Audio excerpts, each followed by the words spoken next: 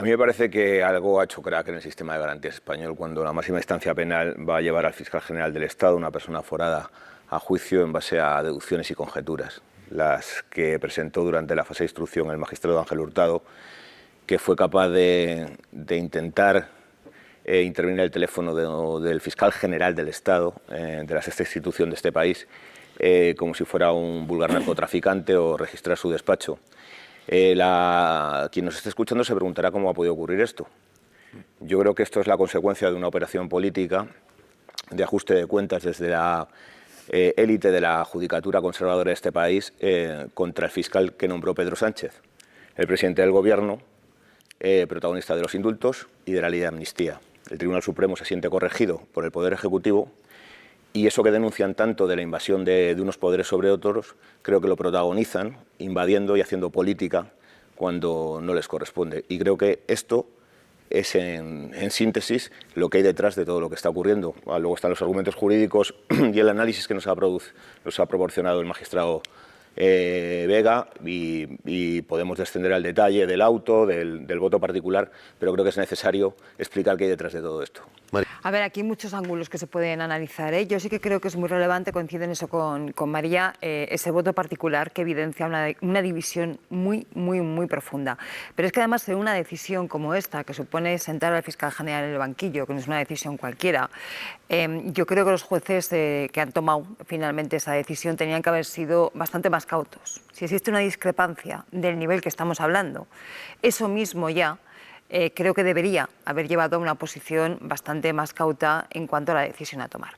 No solamente eso, es que ese voto particular, que yo recomiendo su lectura porque además es muy pedagógico, el magistrado lo decía, son 40 folios con una carga de argumental muy potente, donde se dice que no ve indicios de peso como para poder sostener que efectivamente fue el fiscal general el que filtró eso. Eso por un lado.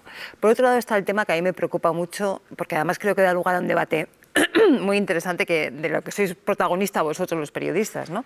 El tema de esos periodistas que han acudido a testificar, que han ido como testigos, y ante los que el tribunal dice que considera que lo que han planteado no tiene fuerza probatoria, ¿no? Claro, aquí están colisionando con el famoso derecho a proteger las fuentes que tenéis los periodistas, ¿no? Y que es un derecho absolutamente sagrado. Entonces, ¿qué ocurre en un caso como este? Los periodistas dicen, nosotros sabemos que no fue el fiscal porque tenemos ese correo de antes y sabemos quién nos lo ha pasado.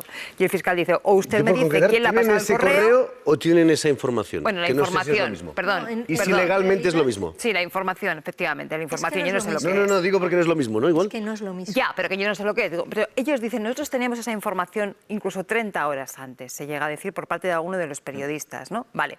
Llegan los jueces y dicen, bueno, pero como ustedes no me van a poder decir quién es el... Es que no es el argumento sustancial ese. Sí, porque dicen que no tienen fuerza probatoria, porque sí, pero no ven por cómo ese argumento de las fuentes. Ese es el argumento que es uno de ellos, que ha pero no trascendido. Es el más no sé si hay poderoso. otros, pero el que ha trascendido desde luego es ese, ¿no? Y claro, y ahí choca con efectivamente esa garantía que tenéis los periodistas, ese derecho constitucional a proteger vuestras fuentes. ¿Qué ocurre en un caso así? Porque se está cometiendo, o se puede estar cometiendo, una injusticia, nada menos con un fiscal general del Estado, precisamente porque consideran los jueces que no hay fuerza probatoria cuando los periodistas dicen, no, si yo lo tenía 30 horas antes, no tenía la información 30 horas antes. Entonces creo que aquí se están sustanciando cosas muy importantes, pero si hubiera que sintetizar, yo me quedo con la primera frase que decía Pedro, ¿no? Algo ha hecho crack en el sistema de garantías para que hoy estemos viendo que en una decisión que toman 3 magistrados con un voto particular en contra, con una fuerza argumental muy importante, vayamos a ver al fiscal general del Estado sentado en el banquillo. No hay delito de revelación de secretos porque no había ningún secreto que revelar. Recientemente, el fiscal jefe anticorrupción ha defendido que no hay que abrir una investigación al exministro de Hacienda, Cristóbal Montoro, porque para que haya revelación de secretos se tiene que haber producido un perjuicio con esa revelación de secretos.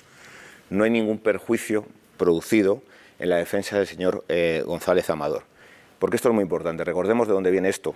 Sí. Es un asunto muy complicado, damos muchas vueltas. Bueno, lo hemos intentado contar tan bien como podemos, que lo contamos cada vez porque sé que es complejo. Sí, yo me refiero a la capacidad que tiene cualquiera de retener y de organizarlo. Esto es que el origen es el intento del entorno de la presidenta madrileña por pinchar la exclusiva de mi medio, yo soy una de las personas que firmaba esa información sobre la querella que había presentado la Fiscalía por 2 delitos fiscales y falsificación de documento contra el señor Alberto González Amador.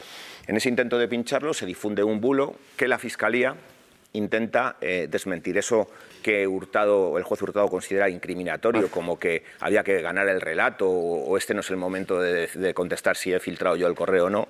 Todas esas conjeturas, como digo, y inferencias que utiliza el juez para llevar al banquillo al fiscal parten de ahí. Se desmiente el bulo con una nota de prensa y eso es lo que el magistrado Goyena del TSJ lleva al Tribunal Supremo. Esta nota de prensa es la pistola humeante para investigar en el Tribunal Supremo al fiscal general. Resulta que cuando llega al Tribunal Supremo, el Tribunal Supremo dice no, la nota de prensa no tiene revista de carácter delictivo, pero hay un correo electrónico aquí que debemos investigar. Esto es un caso absolutamente construido con una finalidad y toda la instrucción del juez Hurtado ignora cualquier otra posibilidad de filtraciones, es decir, no debe investigar a los hechos, sino que se fija en un presunto culpable y es ahí donde se dirige desde el principio hasta el fin. Yo no pongo en duda, yo nunca he puesto en duda y sigo sin poner en duda la intención del fiscal general del Estado, ¿vale? o de la Fiscalía en este caso, no puedo decir porque hay una presunción de inocencia evidentemente.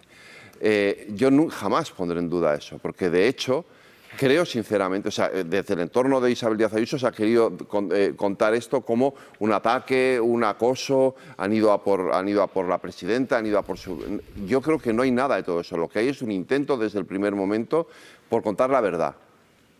Por contar la verdad. Y estoy totalmente convencido de que fue así, además, de que el fiscal general del Estado, si fue realmente él el responsable o quien fuera el responsable de esa filtración, lo hicieron con la voluntad de decir, no, oye, esta gente está contando... desmentir un bulo. Claro, están contando un bulo, tenemos que desmentir ese bulo. Pero dicho eso, entonces la cuestión... la cuestión es... el matiz es muy importante. Porque tú puedes contarlo, porque de hecho el origen de todo esto es la famosa nota de prensa que siempre se dijo, aquí no hay problema ninguno con la nota de prensa. La nota de prensa no tiene ningún problema. La cuestión es si el fiscal general del Estado o quien sea mandado por él puede filtrar información confidencial o discreta de un señor particular. Esa es la cuestión. Y eso es lo que nunca puede hacer un servidor público. Trasladar o contar o transmitir información, si la tiene en su poder, de un particular. No puede hacerlo. Un momento, María, que le voy a dar la palabra a Irma porque teníamos algunas dudas concretas. Yo no dudo de su buena voluntad en todo esto, en ningún caso, en ningún momento. Y como ella, como vosotros, también tiene el caso en la cabeza, Irma, ¿qué querías matizar, por favor?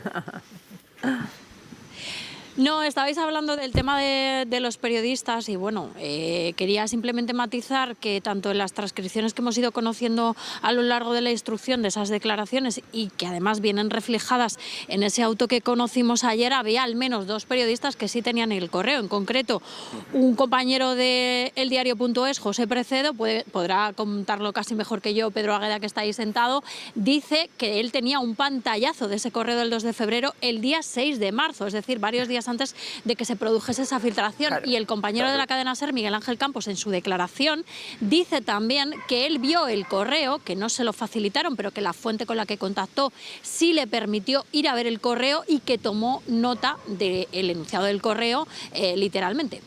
Por tanto, sí que había al menos 2 periodistas de los 13 sí tenían el correo. Bueno, eso se expuso. Sí, claro, está escrito. El diario.es expuso que tenía ese correo y que se había programado una serie de informaciones en el tiempo para ir desgranando pues, la exclusiva que teníamos sobre el caso contra González Amador y que por eso no se había publicado antes. De todas formas, yo quiero aprovechar para hablar de la absoluta desproporción que este caso significa respecto al ejercicio periodístico y de todos los que estamos sentados en esta mesa. No sé en cuántos teléfonos de cuántos periodistas albergan tantos delitos de revelación de secretos que jamás serán investigados. En una colisión entre ese secreto que debe guardar las causas judiciales y el derecho a la información y el derecho de la información. Claro. El problema es que esto no se investiga, nunca, nunca. Algunos de los que se han rasgado públicamente las vestiduras saben que han filtrado toda su vida información que podría llevarles al banquillo si se hubiera tratado de la misma forma que se ha tratado el caso del fiscal general del Estado. Esa desproporción es lo que nos hace sospechar y plantea una seria duda una terrible duda sobre cómo ha actuado la justicia en este caso, motivada por cuestiones diferentes a la que debe, es decir, a la propia administración de justicia únicamente y no cuestiones ideológicas. María. Y no verlo para mí, por cuanto uno puede mirar los tecnicismos de la decisión judicial, etc., no ver que ha ido un factor humano, como se llama, ¿no? Sí. En la justicia, el factor humano, que en este caso ha sido absolutamente determinante para esta decisión, para mí es ser ciegos, sinceramente. Porque desde una lectura puramente jurídica, para mí es incomprensible que se siente el fiscal en el banquillo. Vamos a ver, el factor humano, bueno, no sé muy bien en qué se traduce. Ahí hay una decisión con más o menos consistencia. Es la interpretación, que para muchos, como ha dicho Pedro, es ideológica, para otros puede ser, no sé. Exfiscal general del Estado. Es decir, se sabe el asunto. Y otro, Por el Partido Popular, quieres decir. Muy Que experimentado. a lo mejor la gente no lo sabe. Bueno, fiscal general del Estado, claro. Bueno. También podríamos decir, y yo no lo hago, siguiendo tu razonamiento, que como Álvaro García Ortiz ha sido nombrado por el PSOE, y yo en ese juego no voy a entrar. No voy a entrar. No, ni pero bueno, para Álvaro García Ortiz, ni para Julián no, Sánchez sí, Melgar. Lo único, María, perdóname, que que solamente quería entender que si habías mencionado que Sánchez Melgar había sido fiscal general del Estado, Sí, lo era que porque eso quería se le decir podría es que- atribuir que era con un gobierno determinado, ¿no? No, ¿O no sí, te referías a eso? pero no me refiero a eso. Me refiero a que sabe cómo funciona la Fiscalía, Me faltaría, conoce Claro, sabe los cómo es. protocolos. Es decir, no es un recién llegado que no sabe de qué habla. Es decir, no sé si ese factor humano es al que se refiere Euprepio o se refiere a otro factor humano. Pero No, el factor humano es el factor humano. Interpretar indicios, pruebas y leyes. La cosa fantástica que tienen los tribunales es que tienen la obligación de motivar. Y por eso podemos decir aquí claro. que en esos 38 folios de la opinión de la Sala que ha prosperado, es decir, en la resolución del Tribunal Supremo, nos parece que hay indicios inconsistentes. A mí me lo parece. A mí también. Pero eso no me lleva a decir, no, esto se ha debido a una cuestión política o esto se ha debido a un factor humano que no sé concretar. No sé a qué se debe eso. En todo caso, por rematar lo de los periodistas, la Sala, en la opinión mayoritaria, no cree que los periodistas que han dicho que tenían el correo realmente lo tuvieran. Ha llegado a la conclusión de que efectivamente Sobre la base de que, circulaba, María, ahora te lo digo, de que no hay prueba. no, te lo digo ahora porque es que viene en la resolución. Se sabía, y ahí has hecho tú una distinción inteligente, había información de que se estaba ofreciendo un pacto o que había posibilidades de pactar entre la defensa de González Amador y el fiscal. Había el run que no se había concretado en nada. Y no lo creen porque dicen, si un periodista, cuando está Ayuso en los medios, cuando se ha publicado ya a través del diario, en la exclusiva del diario, la denuncia, tiene ese correo ofreciendo a González Amador reconocer los hechos, lo habría publicado. Es decir, pensad que el periodista que dice que tiene el correo incriminatorio contra González Amador lo publica muchas horas después de que lo hiciera la cadena SER. Por eso creen que no tiene el correo. O sea, no hay un periodista que tenga... Es una suposición. Pero entonces, María, yo que estoy hable Pedro, por favor. Espera, Dejad que le responda perdonad, Pedro. estoy explicando Que no está respondiendo. por qué Ella- no han creído a los periodistas.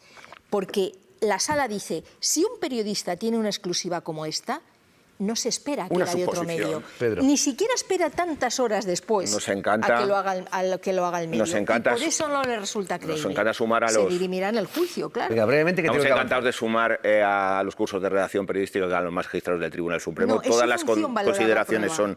De todos. son bienvenidas. Como digo, quiero decir, el director adjunto del diario.es ya dio explicaciones de cómo está distribuida la información, de por qué al final se adelantó la cadena SER y porque con una praxis que se aplica al resto de informaciones se cita a los compañeros que se han adelantado, nosotros, otros no. Bueno, quiero decir, esa es explicación. Como, en cualquier caso, como en el resto de consideraciones del señor Hurtado, pues es unir una línea de puntos que yo creo que no sostiene la imputación al fiscal general del Estado. Sí, buenas. Vamos a ver, es verdad que creo que es necesario tener una información legislativa para aclarar las cosas. A ver. El fiscal general del Estado es un cargo que está expuesto a muchos riesgos. Prueba de ello, estamos asistiendo al primer caso de un fiscal general de Estado que se va a sentar en el banquillo. Precisamente para hacer frente a esos riesgos, el legislador lo que hace es blindar al fiscal general de Estado. ¿Y cómo lo hace?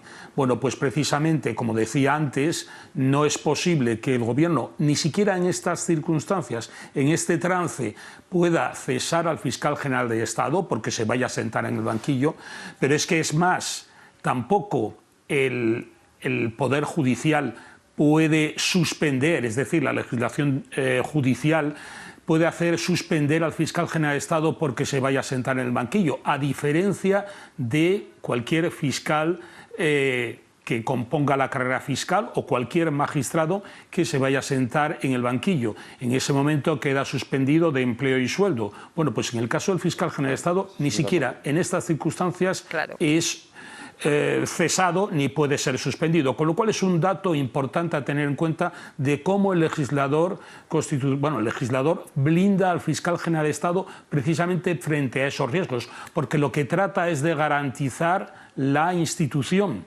y por tanto creo que la dimisión del fiscal general de Estado no es hoy por hoy una opción.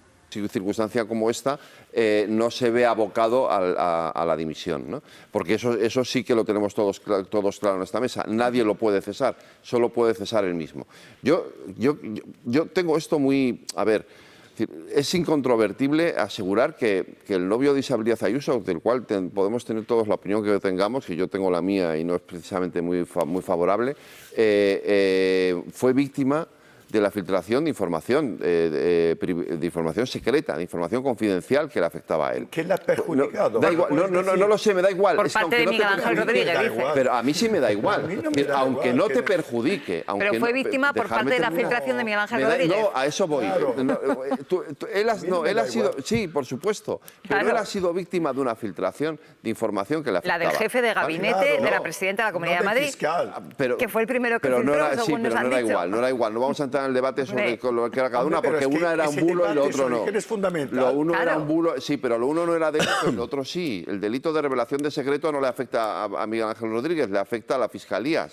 No hay daño ni perjuicio, tampoco claro, hay delito, tampoco, por supuesto, evidentemente. Pero por eso se va a dirimir ante un tribunal. No lo vamos a dirimir nosotros aquí. Termino muy rápido, Pedro, porque voy a lo segundo, y es efectivamente... Lo que no podemos saber y lo que no sabemos es quién hizo esa filtración, porque los indicios sobre los que se fundamenta el juez Hurtado son los que son. Y desde mi punto de vista también son indicios bastante cogidos con alfileres. Entonces, ¿vale? ¿Pero tiene que dimitir o no tiene que dimitir? La cuestión... Porque, Federico, antes me ibas a la dimisión y ahora me vas al auto. No. A ver. ¿Qué daño le hace esto? Por eso yo iba al principio. ¿Qué daño le hace esto a la institución? Y a mí me parece que la imagen de un fiscal general del Estado sentado en un banquillo le hace un daño tremendo a la propia institución de la Fiscalía. A mí me parece que el daño se lo hace sentándolo sin pruebas. Yo creo que no puede sentarse. Yo creo que no puede sentarse siendo fiscal general del Estado. A mí me parece que le hace más daño a la institución sentar a un cargo como el fiscal general del Estado sin tener pruebas e indicios contundentes que tú mismo estás diciendo que no los hay. Por lo tanto, ¿en qué estamos? O al menos unanimidad en la sala. Creo que como fiscal general del Estado debe asumir la responsabilidad de no sentarse en un banquillo como fiscal general del Estado, porque tú dices que no, yo creo que sí, que daña muchísimo a la institución. Opinión, para mí lo daña. Hombre, por supuesto. Yo estoy aquí exponiendo una opinión, no un hecho concreto. Pedro y María, por favor, ¿tiene que dimitir el fiscal?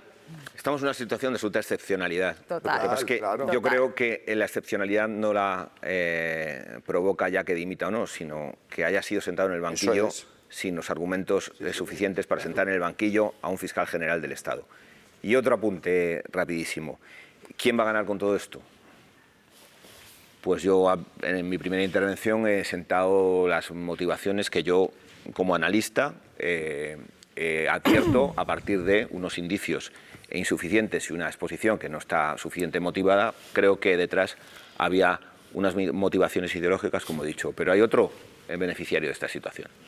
Creo que no hay ninguna duda de que la defensa del defraudador confeso Alberto González Amador va a utilizar el procesamiento y el juicio contra Álvaro García Ortiz, contra el fiscal general de Estado, para intentar tumbar su causa, de la que hay indicios, esta vez sí acreditadísimos, de 2 fraudes fiscales y una falsificación de documentos, y ya veremos en la pieza separada, sino también de corrupción en los negocios y administraciones. Eso bueno, le pregunto a Ignacio, ¿eso sería viable? Es decir, que él utilizara podría utilizar ese procesamiento, Ignacio, para tumbar alguna de las causas que tiene abiertas González Amador. No. Otra cosa que lo consiga. Pero... Bueno, realmente son 2 causas distintas que no tienen nada que ver, con lo cual no es utilizable una causa en la otra. En un caso se está juzgando o se va a juzgar por un delito de revelación de secretos y en otro caso es por delitos contra la hacienda pública y falsedad documental. Creo que no cabe una relación entre ambos desde el punto de vista jurídico-procesal. ¿Tiene que permanecer en el cargo o existe un daño institucional, a mi juicio evidente, de quien se va a sentar el día 5 de septiembre al lado del rey en una ceremonia solemne de apertura del año judicial, estando a un paso del banquillo? A mi juicio, el apartamiento del fiscal general debió producirse ya hace mucho tiempo. Esa es la pregunta. Debió producirse cuando se inició la causa el 16 de octubre. Y hay otra derivada, María. Hay otra derivada que es muy importante proteger las instituciones. Perdona, hay otra, exacto, pero hay otra derivada consecuencia de la primera, opinión pública.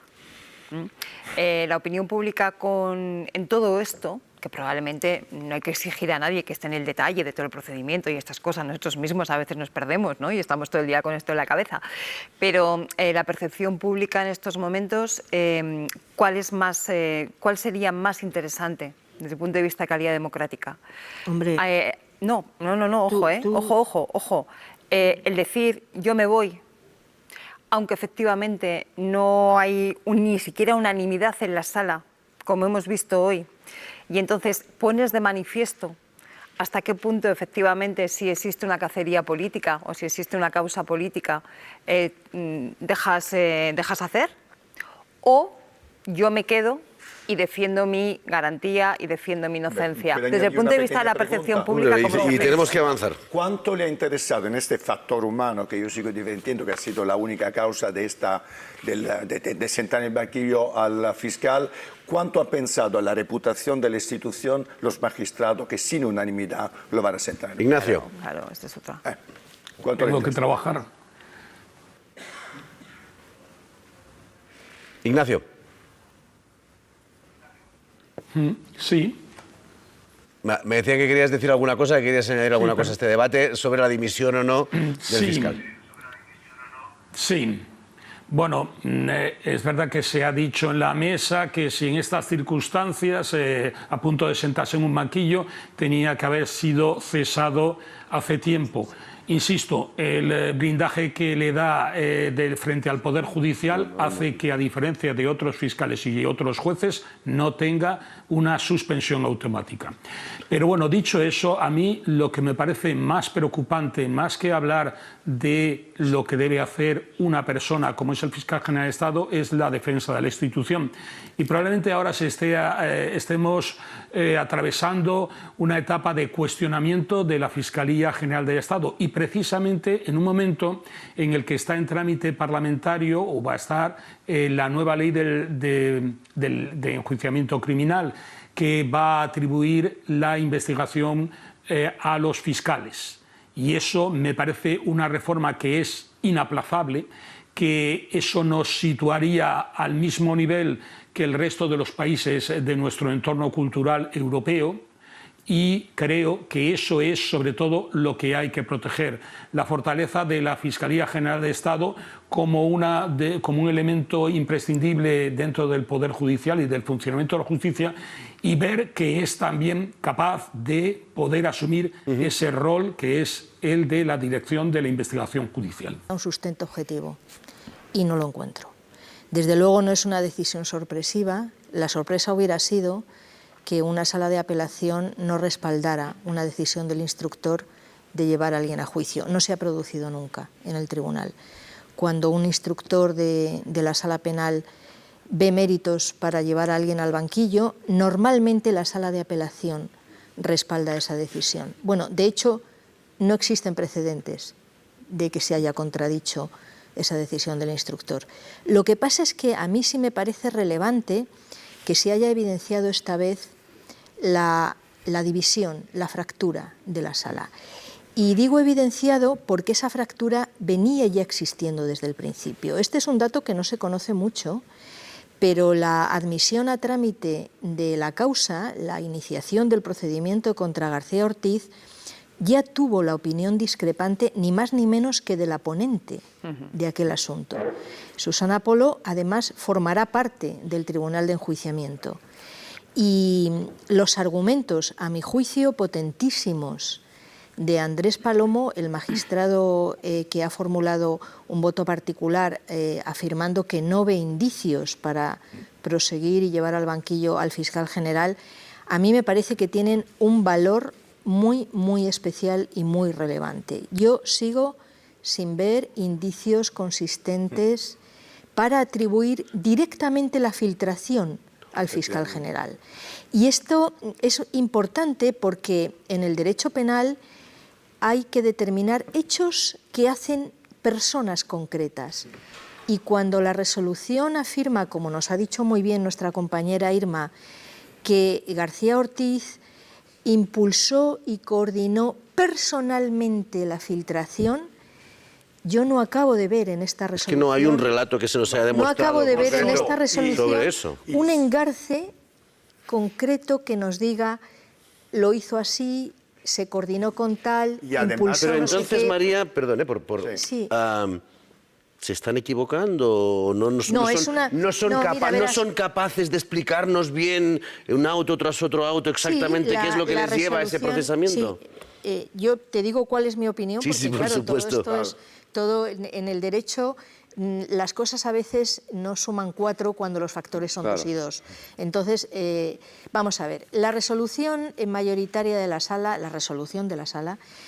enumera una serie de indicios, de lo que considera indicios, que conforman un conjunto de elementos periféricos. A juicio de la sala, esos elementos periféricos conducen a la autoría de García Ortiz en la filtración.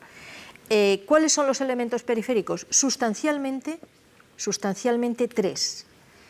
La coincidencia temporal entre el hecho de que un correo incriminatorio clarísimamente para la pareja de Ayuso, que dice, ciertamente mi cliente, que habla el abogado, ha cometido 2 delitos contra la hacienda pública, ese correo incriminatorio que no se filtra durante 6 semanas estando en poder de plurales fiscales, se filtra justo cuando lo pide el fiscal general y llega a sus manos. Este es el indicio más potente que hay. Luego hay otro que dice, hombre, quien tiene las pruebas de exculpación en su móvil y en su correo electrónico no procede a eliminarlo, como hizo el fiscal general.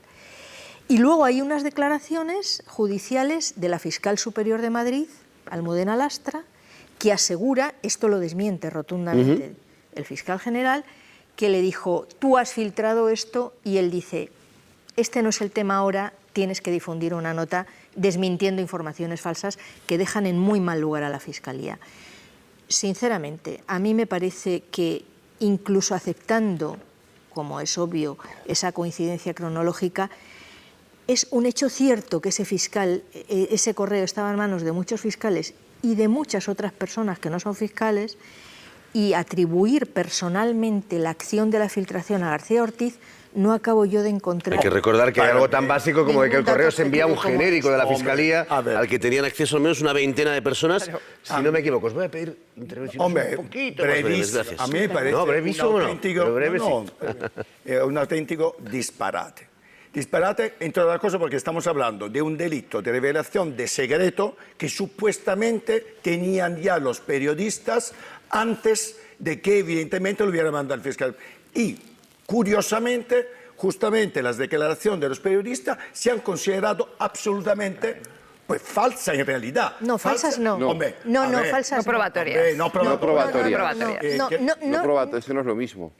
No han sido suficientemente creíbles por falta de elementos de corroboración, pero eso no quiere decir falsas. Bueno, de todas maneras, los indicios, como tú has dicho, María, me parece absolutamente insuficiente considerando que están sentando en el banquillo al fiscal general del Estado. A mí me parece un auténtico disparate. Un auténtico disparate. No sé qué decisión va a tomar el fiscal, si va a dimitir o no. Parece no, el que fiscal no, no parece. y tampoco que va a cesar el gobierno. A mí me parece un caso realmente en el cual, desde mi punto de vista, se está sentando en el banquillo una de las instituciones más importantes del Estado sin tener pruebas y con los indicios que para mí son absolutamente insuficientes y basados sobre suposiciones. Federico. Magistrado, buenos días. Buenos días, Marc. Bueno, queda en una situación ya que es muy difícil de que no vaya a ser juzgado, ¿no?, el fiscal. Sí, evidentemente estamos en la fase intermedia del procedimiento abreviado.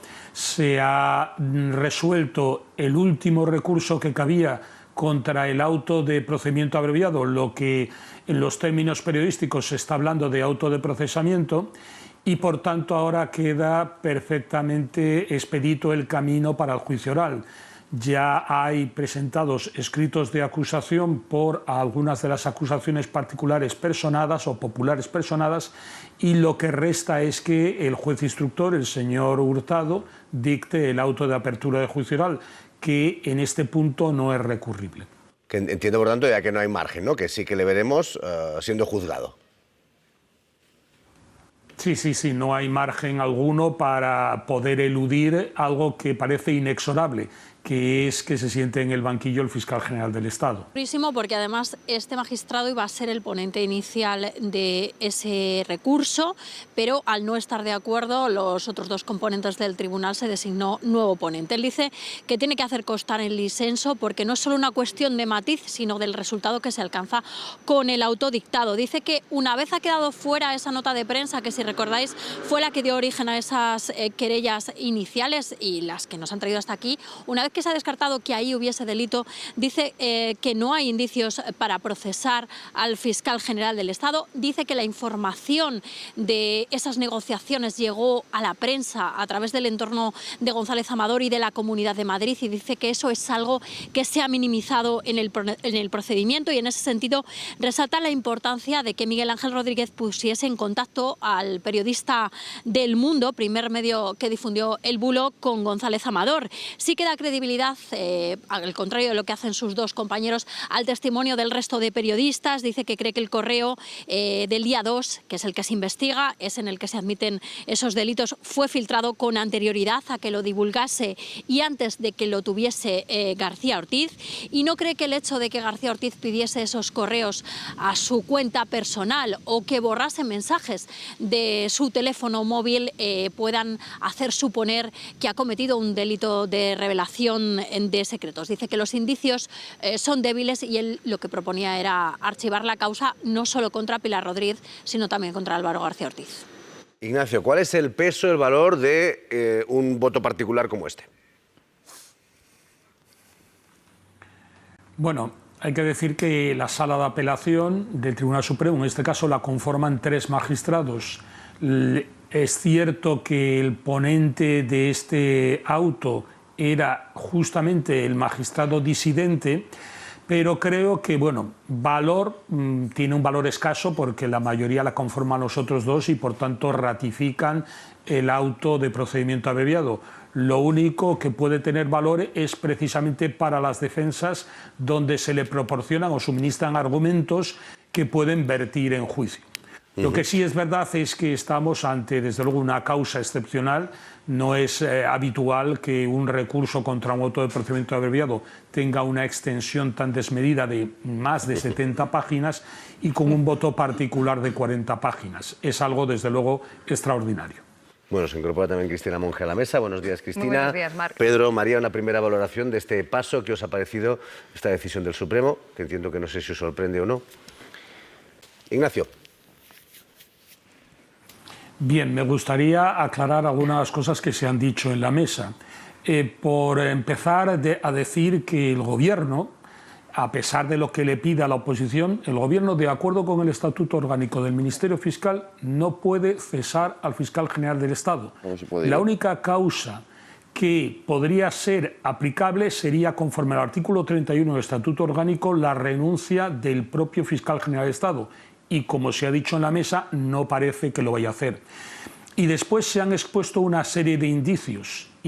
tres indicios, en los cuales parece apuntar a la responsabilidad de los hechos por parte del fiscal general de Estado. Pero no debemos de olvidar que el voto particular, en primer lugar, cuestiona que estemos en presencia de un hecho delictivo y, además, cada uno de esos indicios ha sido respondido de una forma detallada y extensa por el voto particular. Por poner el caso, en el tema del borrado de los correos o del borrado del propio teléfono, aparte de que yo siempre he sostenido que eso sería en contra del derecho a la presunción de inocencia que ampara a cada uno de los acusados, ningún acusado está obligado a aportar prueba de cargo contra sí mismo, obviamente, pero es que además no podemos olvidar que ese teléfono no es el de cualquier ciudadano. Estamos en el teléfono del fiscal general del Estado, que maneja información sensible y que muy probablemente el fiscal general del Estado, cuando la borra, es porque no desea